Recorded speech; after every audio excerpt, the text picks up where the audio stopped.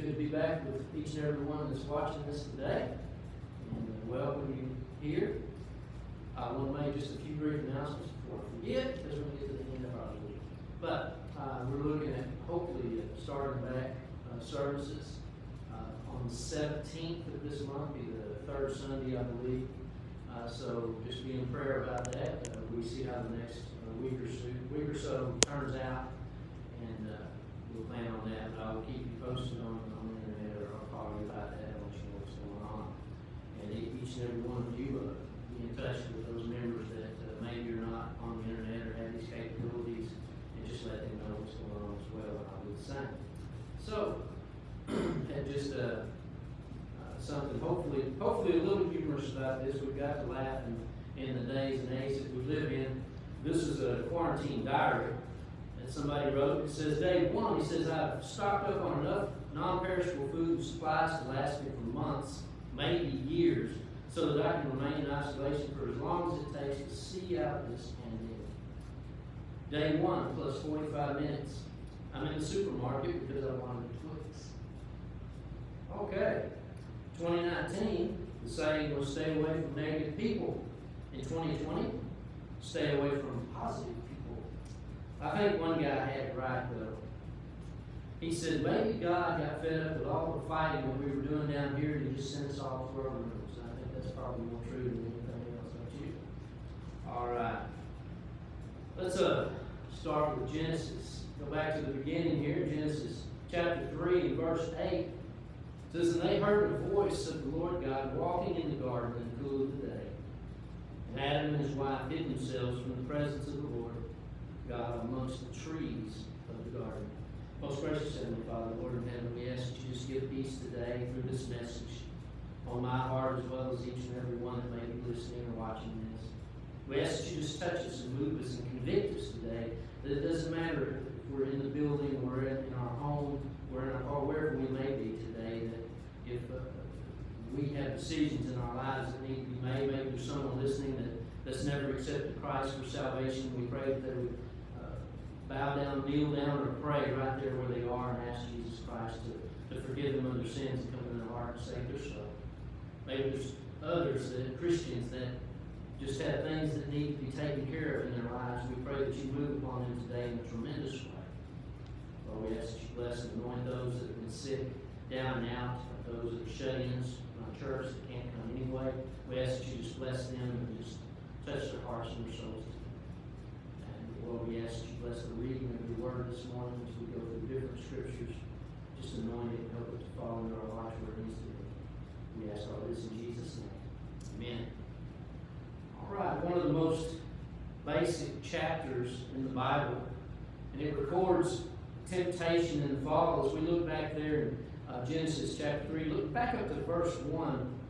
It says, now the serpent was more subtle than any beast of the field which the Lord God had made. And he said unto the woman, yea, hath God said, ye shall not eat of every tree of the garden.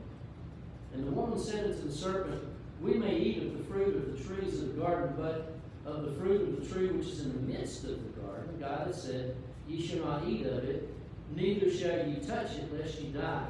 She added a little bit there. Verse 4, and the serpent said unto the woman, ye shall not surely die, for God doth know that in the day that ye eat thereof, then your eyes shall be opened, and ye shall be as gods, knowing good and evil. And when the woman saw that the tree was good for food, and that it was pleasant to the eyes, and a tree to be desired to make one wise, she took of the fruit thereof, and did eat, and gave also unto her husband with her, and he did eat. We see the temptation, the fall there, with her starting out. The number one problem there was her conversation with the devil in the first place. We're not to get into a conversation with him, we're to walk away from him. But as she did, she got deeper into that. And as the temptation took place, and then the lust thereof, as she took the fruit and ate, and then not enough, she gave it to her husband, and he willingly, she was deceived, but he willingly took that fruit and plunged the rest of us into sin. But we have a promise of redemption. If you look over in verse 15 of that same chapter, God says, and I will put enmity between thee and the woman, and between thy seed and her seed. It shall bruise thy head, and thou shalt bruise its heel. God walks in the garden in the cool of the day, it says. It's time for a sweet fellowship with Him. But the problem is, Adam and Eve have gone into hiding from God, hiding from their Heavenly Father. And you know, we as people are still hiding from God today. I mean, my goodness, we're hiding from each other with all that's going on, aren't we? But some hide from God at the time of His investigation. If you look down at verse 9 there, after our text in verse 8, it says, "And the Lord God called unto Adam and said unto him, Where art thou? Where art thou?" See, God is always seeking us. He's always seeking sinners. In Luke 19:10, it says, Jesus came to seek and save. What? To save the lost. That's each and every one that's born. There was only one sinless man born, and that was Jesus Christ Himself, the Son of God, and we hung Him on a cross. Conviction of sin is evidence God is seeking. He desired, when He said, "Where art thou?" He knew where they were. He knew what they had done. We are not hiding from Him. We cannot hide from God. God knows where you are in every moment of every day, every second of your life. And we try to pretend, just as Adam and Eve did, that some tree could hide them from the presence of God. When He said, "Where art thou?" He said much more than, "Where are you standing?" or "Where are you sitting?" or "Where are you hiding?" He was saying, "I know you've sinned. Why don't you confess that sin? Why don't you come to me and just ask me to forgive you? Why won't you let the conviction take over?" God, speaking through His Word, He shows us that He is seeking. Sometimes He seeks through trials. Probably not one person watching this or listening to this hasn't faced some type of trials. At any rate, in the age that we live in right now, with the virus all around us, and it's not so much as the virus itself, but it's what man sometimes does with the news of that virus. I just found out today, or actually I guess I've always known, but we tend to, in the media, exaggerate things sometimes at some point, and I'm not taking away from anything or any of those that are sick, so please don't take it that way. But we do some of us take things to an unhealthy extreme, and we try to make things in certain areas sound worse than they really are. But God seeks us through times of trial. We may go through trials because of what other people have wrongly done, or we may go through trials because of things that we have done, or we just may be facing trials. Because God has made it very clear to us, once we accept Him for salvation, there's going to be times, there's going to be valleys, and there's going to be mountaintops. But there's always, from every mountaintop to mountaintop, there's a valley in between.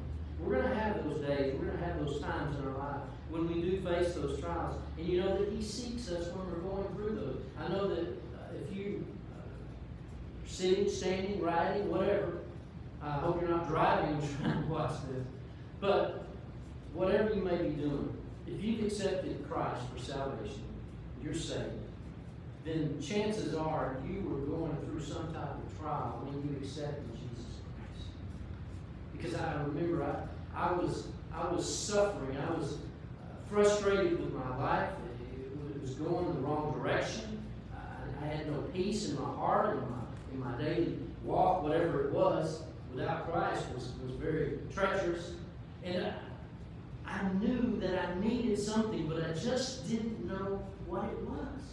At that time in my life, I had already gone through the plan of salvation, and I had gone through everything that the preachers had said, the Sunday school teachers had told me. I had listened to the hymns that were sang, but I just didn't understand. I had head knowledge of Christ. I had head knowledge of salvation, but I didn't have heart knowledge. I didn't understand that I needed to believe in Him, not just with my mind, but with my heart. With everything that I am, I had to accept Him for salvation. And if you're listening here today, You may be in that same spot. Maybe your parents raised you in church. And maybe you were in junior church and you were in Sunday school and you grew up in a youth group and you maybe still go to church today.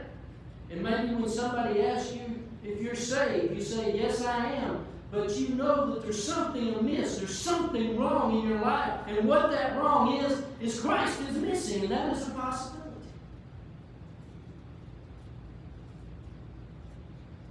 God comes to us today and says, where art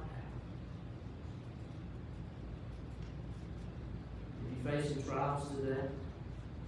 Sometimes He seeks us through preachers. I've been sitting in the pew, or sitting in a chair, or even listening on radio and had conviction hit me from a message that was being preached, sometimes by somebody I didn't even know, but preaching from the Word of God. And I felt that conviction come upon me. Just as strong as if it were a salvation message, but it was something that He was trying to correct in my life. And sometimes He seeks through caring friends. See, the true friend is going to tell you the truth. I married my best friend. She tells me the truth all the time. I don't always agree with it, but she tells the truth. And that makes all the difference. That sometimes God seeks us through that friend. And you have someone like that in your life today. I hope you do. Hiding from God, it's futile. It doesn't accomplish anything.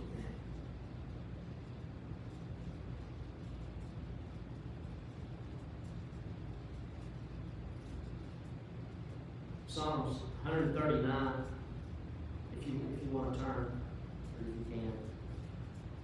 Just picking a few of the verses there, 1 through 8. It says, O Lord, Thou hast searched me and known me. Thou knowest my down sitting and my uprising. Thou understandest my thought afar off.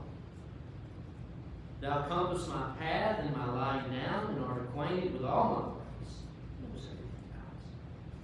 For there is not a word in my tongue, but lo, O Lord, Thou knowest it altogether. Thou hast beset me behind and before, and laid Thine hand upon me.